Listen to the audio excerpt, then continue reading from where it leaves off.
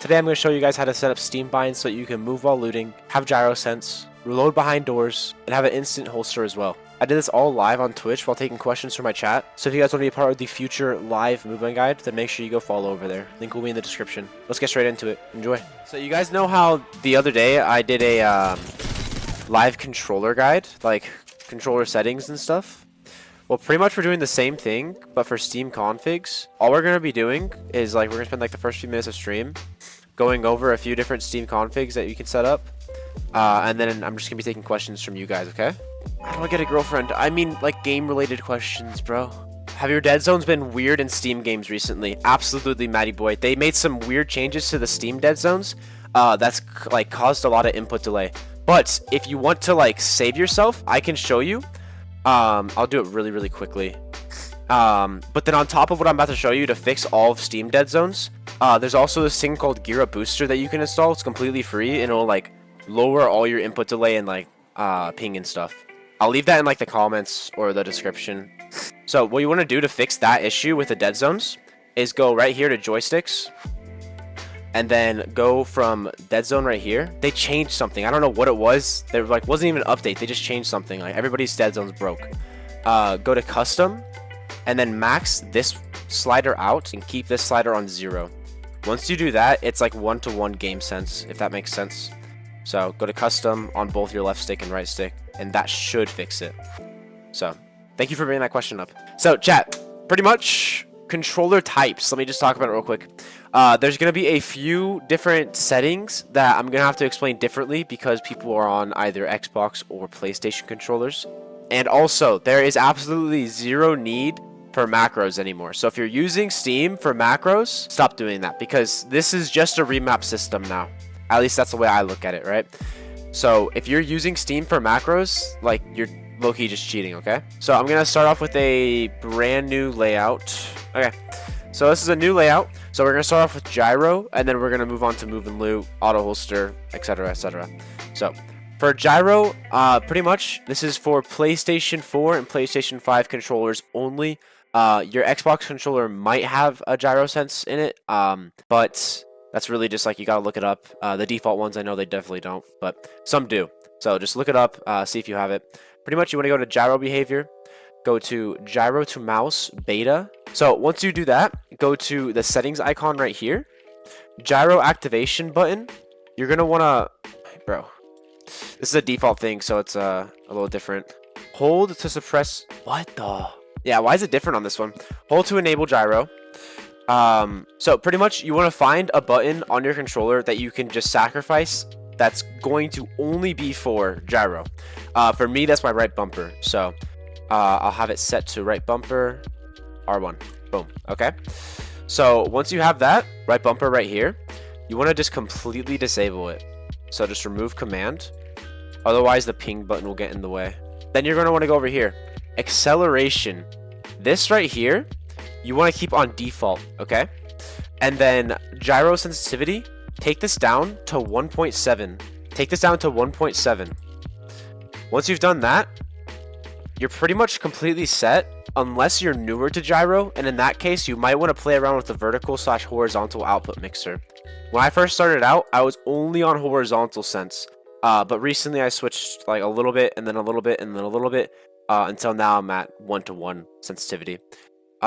So that's it for gyro. Let me hop in the game real quick and then show you how it works. If you're playing gyro with my sense, go ahead and go into your settings and then put your mouse sensitivity to 9.0. Otherwise, it's gonna be super slow. What if my controller doesn't have any paddles? I touched on that earlier.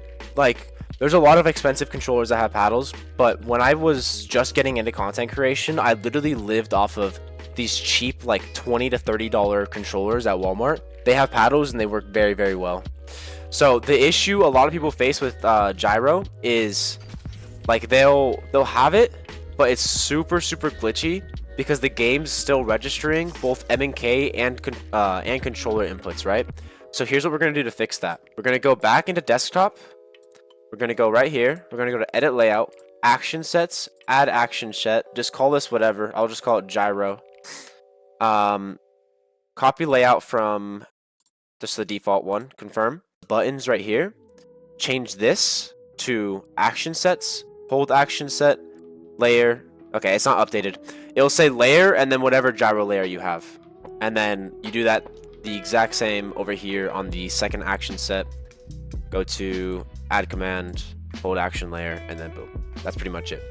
And then you're gonna want to go. I'm not gonna do it just because I'm currently streaming on Twitch and I don't want to waste my viewers like time too much. But you want to remap every single button. So A button, remap that to whatever your MNK bind is for that. You want to remap every single button in here to MNK buttons. And then the last thing you want to do for triggers, you want to set it to analog off on these two. And then after that, every single time you hit the gyro button, it will essentially just like switch to this action set. Is gyro cheating? No, you do not get any aim assist on gyro or for like 3 to 5 seconds after gyro as well. Miz, you know what's up with people hitting their shots when they're not even looking at me? Dude, it's just the replay system. I have a clip. I'll show the clip right here. Why does everybody get a shotgun but not... You're not even looking at me! What? It's really bad. The replay system is just kind of buggy. When somebody's on high ping, kind of screws them over. So we've gotten gyro and dead zone out of the way. Let's move on to the next topic, which is going to be move and loot. Move and loot is one of the most important things for controller players, just because it's not accessible for them when it is accessible for MNK players. So I'm going to be showing a few different ways to do this, which includes Xbox and PlayStation.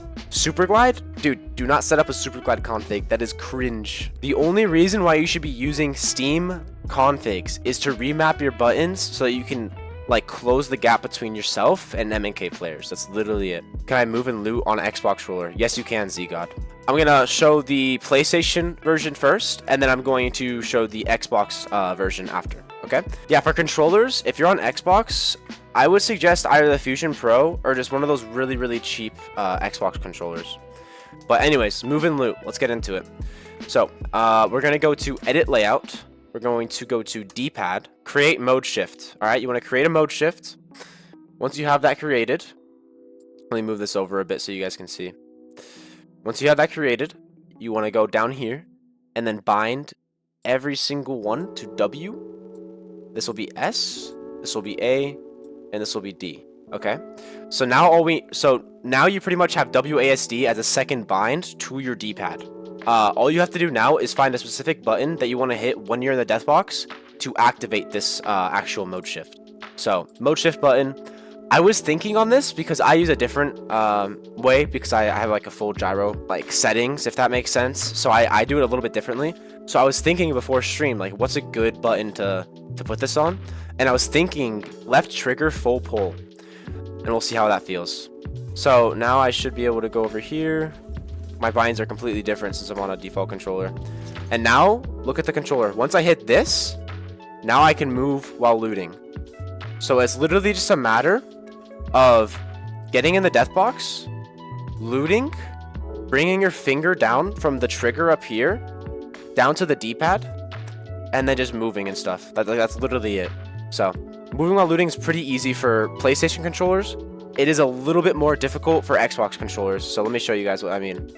So, Xbox controllers, you guys have it really tough because the layout is your left stick is where the D-pad on the PlayStation controller is, which sucks because that means either you have to loot with your index finger and then move while looting with your thumb, or you just can't move while looting at all. But I have a different way for you guys, so I'll show you that. Pretty much what you want to do is you want to set up 2 corded buttons on your triggers. You're only going to be able to go left and right, which is all you really need, so don't really worry about that. Go to click on like the little settings icon, add extra command. That was my right trigger, so I'm going to go add it, or I'm going to bind it to D. Okay, and I'm going to change it from a regular press all the way down to a button chord. Okay, so what a button chord is it essentially is a way to add an extra bind to a button, but it requires a separate button to be hit beforehand for that second bind to actually activate, if that makes sense. These are all like really confusing things, but yeah. Could you use R1 to activate the gyro and moving while looting on? Yes, that's what I do in my main binds moons, but it gets really, really complicated in that. So I just want to cover like the basics right now, and then if we want like a more like really in-depth guide, I'll do that in the future. So now we have to choose a button chord. So I would say, because you already have your fingers on the joysticks, you are already looting with your other finger. RB. I think you're right. I think that's a good one. Thank you. So for the button chord, you want to go to settings, chorded button, and then right bumper. So now that you have that set up, just go ahead and do the exact same thing for the left trigger pull. Add extra command. Go ahead and make that one A. And then once you have it like that, do the exact same thing. Turn it into a button chord. Go boom, boom, boom. And then you want to make it the same thing. So now, this is for Xbox controllers, remember that. Let me just update that, go back into game. Let's see if this works. Boom. I hit my thing. Boom, boom, boom, boom, boom, boom, boom, boom. You can still loot. Boom, boom, boom, boom, boom, boom, boom. Look good? Does that make sense, chat? Did everything make sense? Do you have any other questions?